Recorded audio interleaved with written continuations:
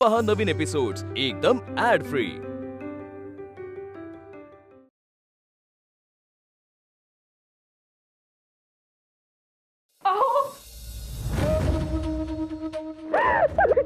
शांतो शांतो, रडू नको। काय झालं मला सांग। खरंच का तू मला तुरुंगात टाकणार आहे? काय तुरुंगात टाकायला मी काय गुन्हा केलाय का? कुठे दरोडा घातलाय का चोरीमारी केली? आणि मला सांग, तुला या बातम्या कुठनं समजतात? त्या जानकी काकू सांगत होत्या की तुम्हाला आणि भाऊजींना तुरुंगात टाकणारच म्हणे। ते कोणते दिवाणजी, ते कोल्हापूरकर महाराजांचे ते कारभारी, ते म्हणे तुरुंगात टाकणारच। हे ऐकल्यापासून जे काही धडधडतंय ना, अहो खरंच का? खरंच असं होईल? इडियस का तू? अगं असं कसं तुरुंगात टाकतील? त्यासाठी गुन्हा सिद्ध व्हायला लागतो, खटला भरायला लागतो। असं आहे होय? मग हा, म्हणजे हे ऐकून हायसं वाटतंय मला, पण दुपारी जानकी काकूंनी हे सांगितल्यापासून जीवात जीव नव्हतं बाई माझ्या। काकूंना कुठनं लागतात या खबरा काय माहिती? लोक त्यांच्याकडे जेवायला येतात काय अशा बातम्या द्यायला येतात? तुला सांगतो, त्यांना जर नीट लिहिता वाचता आलं असतं ना, केसरीमध्ये वार्ताहर म्हणून घेतलं असतं त्यांना, अगदी कायमचं। अहो काय बोलताय तुम्ही? काहीतरीच आपलं, तुम्ही काही बोलणं ना अगदी कुठल्या कुठे घेऊन जाता। हे विषय असेच असतात, आपण एका कानाने ऐकायचं आणि दुसऱ्या कानाने सोडून द्यायचं। थट्टा पुरे हो। मला अगदी खरं खरं सांगा, हे नक्की असं काही नाहीये? नाही, घ्या माझी शपथ। हे आता हे शब्दावर वगैरे माझा विश्वास नाही। अहो तुला हवं असेल तर घेतो, सांग कशी घेऊ? घेऊ काय बाई करावं तुमच्या समोर एखाद्याने? नाही म्हणजे एखाद्याच्या जीवाला घोर लागलाय आणि तुम्हाला थट्टा सुचतीये ना? बघ, अजिबात काळजी करू नकोस, मला काहीही होणार नाही, निश्चिंत राहा। काय नोटिशीची राख? हे केसरीकार स्वतःला फारच शहाणे समजू लागले। त्यांच्या लेखानंतर बडोद्याच्या महाराजांचं प्रकरण योगायोगानं तरीच काय लागलं? यांना वाटू लागलं की यांनी मनात आणलं तर कोल्हापूरचंही प्रकरण तडीच लावतील। अरे हट, इथे कट या परव्याशी आहे। आज केली असेल नोटिशीची राख, पण लवकरच संन्यास घेऊन अंगाला राख फासून यांना हिमालयात जायला नाही ना लावलं तर नावाचा राव पाहतो नाही मी। तो त्या स्टँडशी कधीचा खटपट करून राहील, पण ते काही त्याच्याच्यानी सरळ होईना ते होईना। काय हो शास्त्री बुवा, हे असं सगळ्यांची छायाचित्र काढून घ्यायचं खूळ कसं काय शिरलं तुमच्या डोक्यात? अहो नामजोशी, नवीन नवीन गोष्टी आत्मसात करायला हव्या आपण। हे मात्र खरं आहे, नव्या गोष्टी आत्मसात केल्या तरच पुढची पिढी आपण घडवू शकतो, त्यांना नवीन नवीन माहिती देऊ शकतो। अहो, आमच्या तीर्थरूपांचं एक रेखाचित्र तयार करून घेतलं होतं मी, त्यांची आठवण राहावी म्हणून। अहो पण हे तंत्रज्ञान माणसाची हुबेहूब छबी तयार करून देतं। बघूया आपल्या पुढच्या पिढ्यांना आपली आठवण येते का? अहो, राजपूत, मुघल या राजघराण्यांमध्ये राजाचं चित्र काढून घेण्याची पद्धत होती। या यंत्रामुळे सर्वसामान्यांमध्ये ही पद्धत रुळते की नाही बघा। आपल्या मराठा राज्यातही अशी पद्धत पाहिजे होती, नाही म्हणजे छत्रपती शिवाजी महाराज कसे दिसत हे आपल्याला आजही कळलं असतं। माझ्या माहितीप्रमाणे एका फ्रेंच चित्रकारानं त्यांचं चित्र काढलेलं आहे, पण ते चित्र आपल्या देशात नाही। नाही, ते काय चित्र वगैरे काढणं आपल्यासारख्या सामान्य लोकांना परवडणार नाही। आणि इतर कामे नाहीत का आपल्याला? वेळ कुठे आहे चित्रांसाठी? आणि एक चित्र काढून घ्यायचं म्हणजे काही दिवसांचं काम। अहो बळवंतराव, म्हणूनच नवीन तंत्रज्ञान काही सुविधा आणत असेल तर त्या वापरून आजमावून बघायला हव्यात, म्हणून हा आजचा खटाटोप।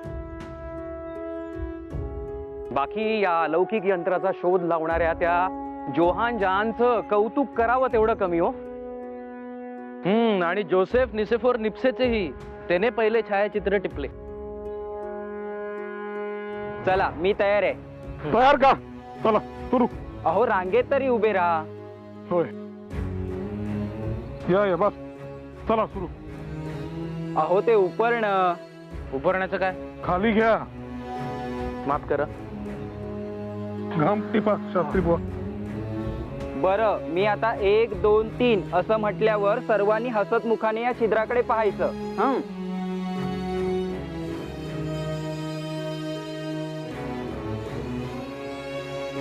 अहो हसत मुख. हसा. असा असा शास्त्री बुवा हसा. तिथे पाहू. 1 2 3.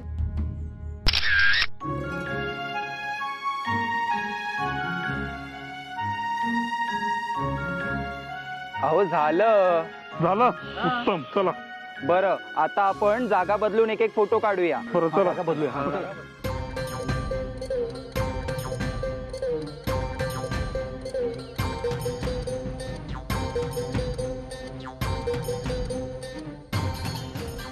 एक 2 3. झालं. आता गंभीर घ्या भाऊ एखादा. हो बुवा. हम्म. सारखे विनाकारण हसणे पुरे. गंभीर थांबूया मंडळी.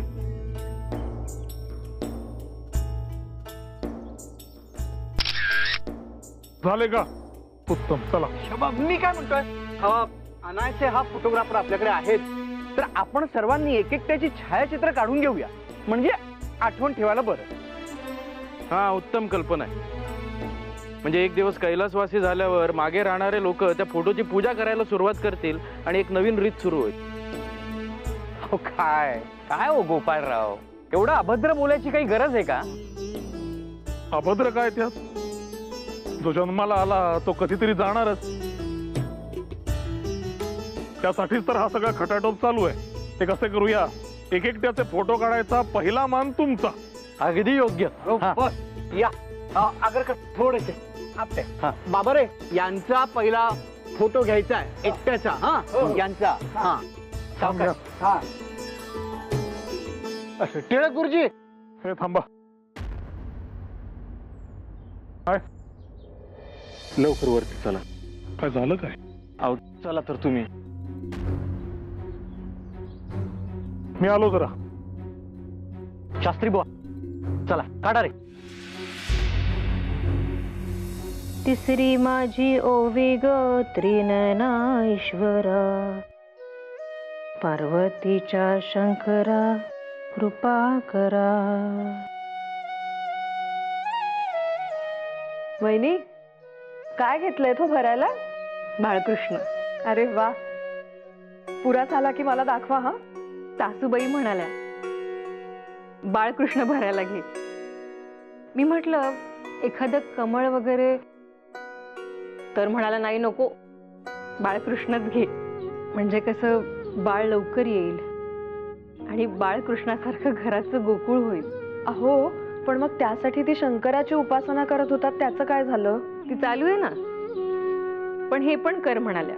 अगं बाई बहिणी, म्हणजे बघा. हा बघा बाई, म्हणजे एकीकडे शंकराला सांगायचं की मूल अगदी तुझ्यासारखं होऊ दे भोळं बाबड, आणि दुसरीकडे कृष्णाला साकडं घालायचं की मूल तुझ्याच सारखं हवं अवखळ आणि सगळ्या घराचं गोकुळ होऊ दे. म्हणजे एकाच वेळेस दोन्ही देवांना साकडं घातलं तर दोघांमध्ये संभ्रम नाही का निर्माण होणार? वा, देवाच्या कृपेने सगळं बरं चाललंय, तर ही असली थट्टा बरी नव्हे हो. आम्ही काय म्हातारी माणसं, आमचं कशाला ऐकाल म्हणा. पण सांगून ठेवते, हे वागणं बरं नव्हे.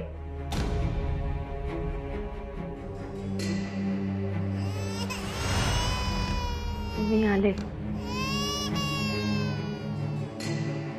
या आवरा पटपट.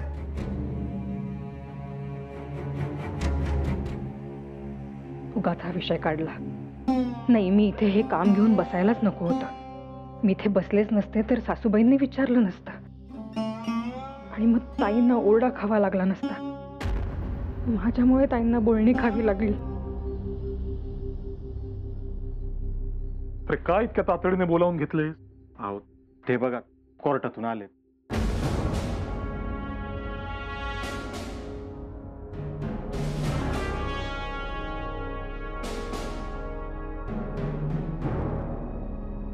काय काम काढलं?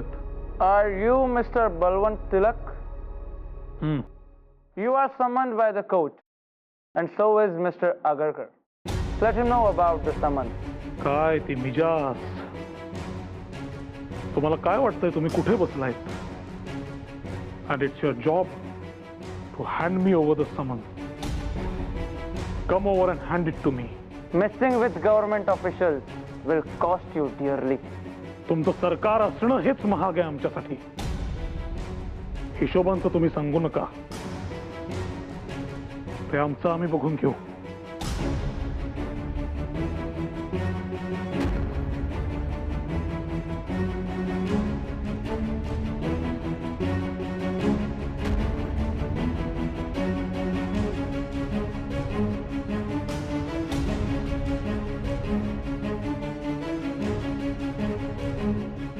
बर्वेंनी मुंबईत जाऊन समन्स आणले म्हणायचे.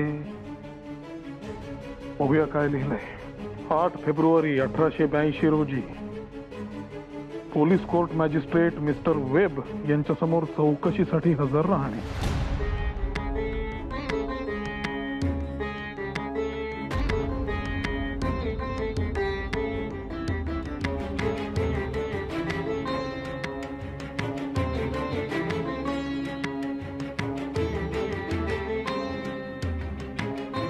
तुमचे काम झाले ना? निघा आता.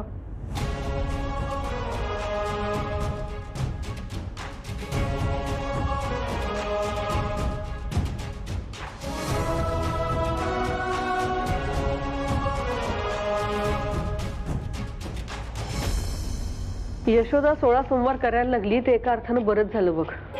घरात कोणी वडील माणूस असलं की कसा फरक पडतो पहा. नाहीतर याआधी यशोदेला कधी सुचलं होतं का व्रत करावे, उपास तपास करावे? नाही. पण आता सासू सांगतेय तर करतीये मनानं. अहो तसं नाही, पण भाऊजींना आवडत नाही ना हे सगळं, म्हणून करत नसतील यशोदा वहिनी. आल्या मोठ्या नवऱ्याच्या अर्ध्या वचनातल्या. अगं नवऱ्याला विचारून काय या गोष्टी करायच्या असतात? हे बाई माणसांचं काम. आणि तसंही देवधर्मासाठी कुणाची परवानगी का घ्यावी लागते? परवानगी नाही काही, पण आता आम्ही काही केलं तर त्यांना कळेलच ना. मग या गोष्टी एकमेकांच्या कानावर घातल्या तर बिघडलं कुठे? अगो बाई, ऐकावं ते नवलच. ही कसली नवीन पद्धत? आमच्या वेळी नव्हतं असं काही. म्हणजे नवऱ्याच्या मर्जीने उपास तापास करायला लागलो तर झालं कल्याण. आमच्या ह्यांना तर यातलं काही माहिती नसायचं. आताचाच काहीतरी चहाटाळपणा हा झाला. अहो चहाटळपणा काय आहे त्यात? नाही तर काय. भामे, दर पौर्णिमेला भुलेश्वराला लघुरुद्र करूया असं भुलेश्वराला म्हटलीये. अगं बाई, भुलेश्वर? अहो पण ते तर इतक्या दूर आहे. अहो आणि दर पौर्णिमेला शक्य तरी आहे का ते? कधी काही आम्ही सांगितलंय तुम्ही ऐकलंय असं झालंय? नाही ना. इथे आम्ही दिसेल त्या देवाला दंडवत घालतोय. पण तुला अंतराची चिंता आणि देवासाठी पडले जरा कष्ट तर बिघडलं कुठं? हा तसं नाही हो, पण तुम्हीच नाही का म्हणत की देवाला अगदी मनापासून बसल्या जागी जरी हात जोडले तरी त्याच्यापर्यंत नमस्कार पोहोचतोच म्हणून. मग इतक्या दूरवर जाण्याची काही गरज आहे का? आणि हल्ली तुमची तब्येत फारशी बरी नसते ना, म्हणून म्हटलं. माझी काही चिंता करायची गरज नाहीये. हा त्या गोपाळरावांच्या मातोश्री म्हणतात ना तेच अगदी खरंय. तुमच्या नवऱ्यांची डोकी बिघडली आणि त्यांनी तुमची बिघडवली आहेत. हा अगं पुण्य गाठीशी असेल तर मनातली इच्छा देवही पूर्ण करतो. अगं अशी पुस्तकं वाचून का पुण्य पदरात पडणार आहे? त्यासाठी देवाच्या दारातच जायला हवं. भामे, तुझ्यासाठी जीव तुटतो का आमचा? एव्हाना पुन्हा दिवस जायला पाहिजे होते तुला, पण तुमच्याकडून कोणतीच हालचाल नाही. म्हणूनच ठरवलं की भुलेश्वराला साकडं घालायचं. मला एक सांग भामे, बाळ बरा वागतो ना तुझ्याशी?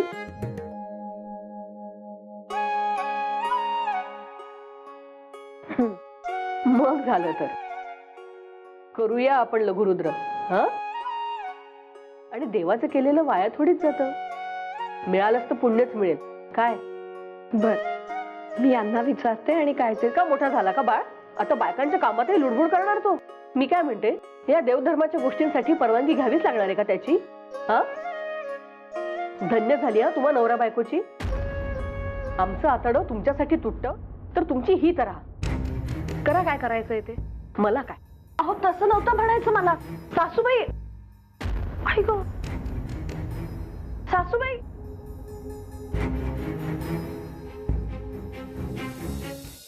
अखेर समन्स हाती आलंच. हे घडलं नसतं तरच आश्चर्य वाटलं असतं. प्रश्नच नाही. ज्या क्षणी कोल्हापूरकर महाराजांच्या प्रश्नाला वाचा फोडली त्या क्षणी या गोष्टीची मनोमन तयारी झालीच होती. गोपाळराव, हे सत्याचं व्रत महाकठीण. सत्य, त्यातून ते ब्रिटिशांविरुद्ध बोललं गेलेलं सत्य. त्याची किंमत मोजावी लागणारच. पण आपण हरून जायचे नाही. आपण बोललेलं लिहिलेलं सगळंच्या सगळं सत्य असल्याने पाठ फिरवण्याचा प्रश्नच येत नाही. आता लढायचं. सोन्यालाही अग्निपरीक्षेला सामोरं जावं लागतं बळवंतराव. तेव्हाच ते लखलखीतपणे लोकांच्या समोर येतं. आपलं सत्यही असंच लखलखीतपणे लोकांच्या समोर येणार आहे.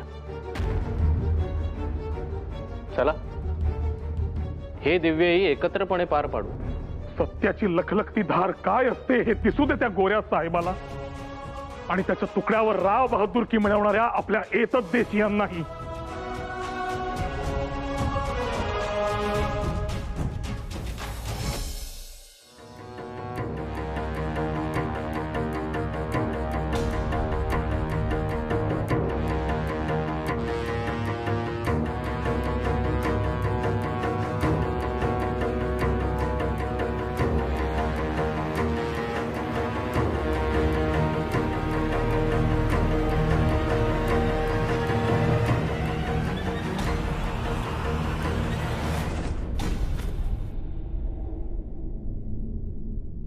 अहो शास्त्री भाऊ पडले.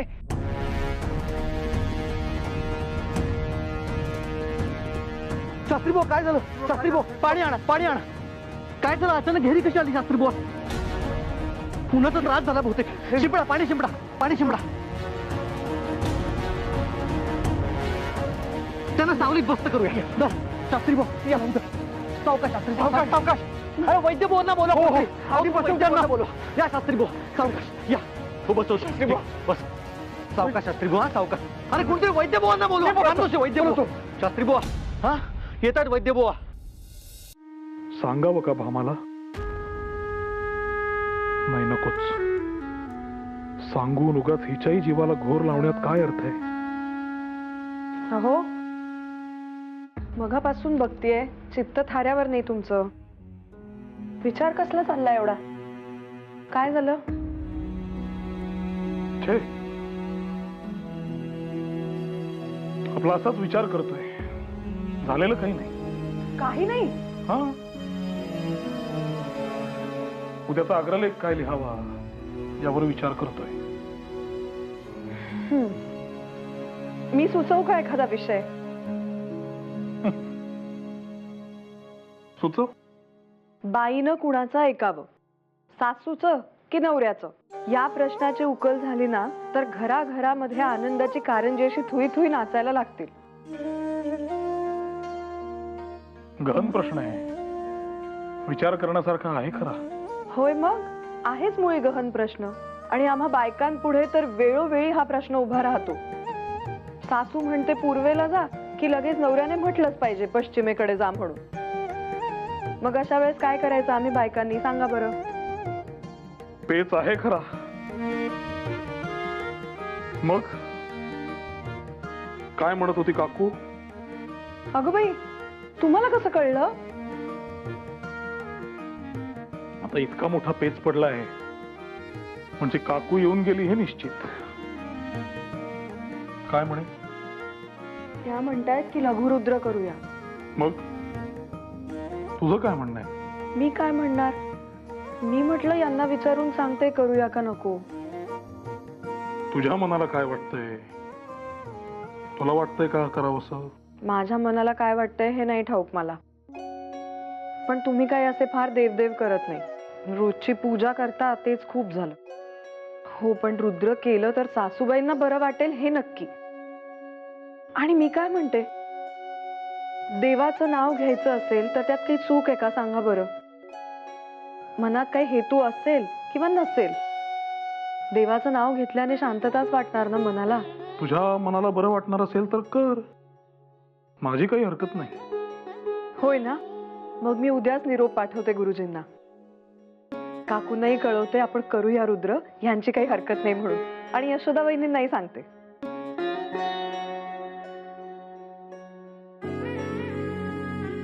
किती भोळी आहेस तू भामा. तुझ्या साध्या सरळ आयुष्यातले तुझे साधे सरळ हिशोब आहेत. काय हो, कुठे हरवलात? पुन्हा अग्रलेखच की काय? हा, असं असतं माझं. मी आपलं काहीतरी विषय घेऊन तुमच्याकडे बोलायला येते, नेमके तेव्हा तुम्ही कामात असता, काय काय विचार असतात डोक्यात, आणि तुमची कामं मग बाजूलाच राहतात. पण मला तरी कुठे भेटता तुम्ही? मग जेव्हा असे दिसता तेव्हा काहीतरी विषय निघतात इतकंच.